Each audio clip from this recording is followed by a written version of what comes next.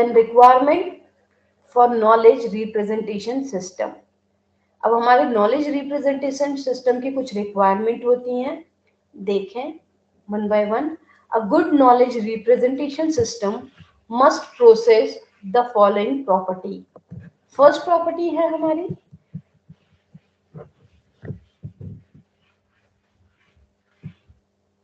Representational accuracy, second है इंफेरिटल accuracy, third है इंफेरिटल efficiency, fourth है एक्यूरेशनल एफिशिएंसी। यानी हमारी ये जो 1 to 4 प्रॉपर्टीज हैं नॉलेज रिप्रेजेंटेशन की, वो इस तरीके से हैं। हम इस लिस्ट में देखते हैं। Representational accuracy that means knowledge representation, जहां हमने सिंबॉलिक के आर से इसे रिप्रेजेंट किया है, तो K R system should have the ability to represent all kind of required knowledge. तो ये हमारा रिप्रेजेंटेशनल एक्यूरेसी होती है, जो कि नॉलेज रिप्रेजेंटेशन सिस्टम को हम यूज करते हैं, जो डिफरेंट टाइप के रिप्रेजेंट रिक्वायरमेंट नॉलेज पे डिजाइन होती है।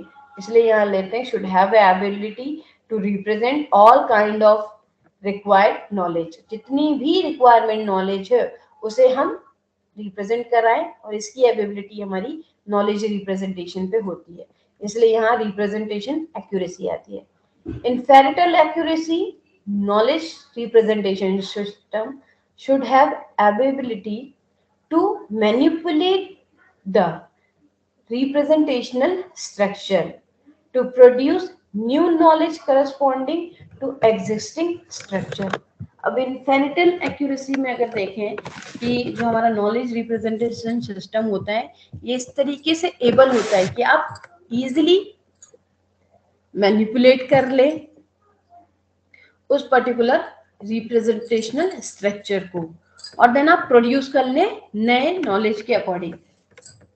अगर आपको मॉडिफाई करना है या रीडिजाइन करना है, तो आप इजीली उसे मैनिपुलेट करके उस रिप्रेजेंटेशनल स्ट्रक्चर को डिजाइन कर सकते हैं।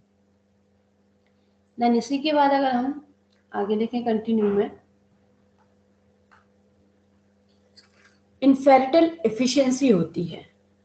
इनफेरिटल efficiency the ability of the ability to direct to inferential knowledge, that means mechanism, into the most productive direction by storing appropriated guide। यहाँ पे आप डायरेक्टली अप्लाई कर सकते हैं उस इनफेरिटेबल नॉलेज मैकेनिज्म पे, जो मोस्टली प्रोडक्टिवली यूज किया जाता है। कि इस प्रोडक्ट में हमारे पास स्टोरिंग अप्रोचेस गाइड ये हैं जिसे हम डायरेक्टली नॉलेज या इनहेरिटेबल नॉलेज मैकेनिज्म में यूज कर सकते हैं। ये उसकी एफिशिएंसी है कि वो डायरेक्टली कर पाए। अगर आपने इतनी एफिशिएंसी नहीं है, इतना काम करने की कैपेबिलिटी नहीं है, तो आप कैसे करेंगे? तो आपकी भी कोई एफिशिएंसी या कैपेबिलिटी है कि हाँ आपको कुछ राइट्स दिए जाएंगे तो आप डायरेक्टली काम कर देंगे। अगर आपको हर जगह पॉइंट पे इंस्ट्रक्शन दिए जाए कि ये नहीं, ऐसा नहीं, वैसा नहीं, तो आप क्या करेंगे? काम तो करेंगे लेकिन उतनी एफिशिएंसी के साथ ना करते हुए उसकी कम एफिशिएंसी से डेटा को डिलीवर और करेंगे। Computational efficiency, the ability of acquire the new knowledge easily using automatic method। Computational efficiency का मतलब होगा कि आपके पास इसकी ऐसी एबिलिटी हो जो आपके पास नए डिफरेंट टाइप के नॉलेज को आप इजीली यूज करें। जैसे ऑटोमेटिक मेथड कहते हैं कि हमारा automatic driving, self driving car जो है वो इसी पे डिजाइन है कि हमें अलग से कमांड नहीं देना होता है। अगर स्टीयरिंग लेफ्ट करी तो ऑटोमेटिकली वो लेफ्ट मूव होगा, स्टीयरिंग राइट आएगा तो ऑटोमेटिकली वो राइट मूव में होगा। अगर आप स्ट्रेट रख रहे हैं तो वो सीधे स्ट्रेट ड्राइव हो रही है। तो इन्हीं पे है कि ये आप इजीली ऑटोमेटिक मेथड को यूज कर सकते हैं।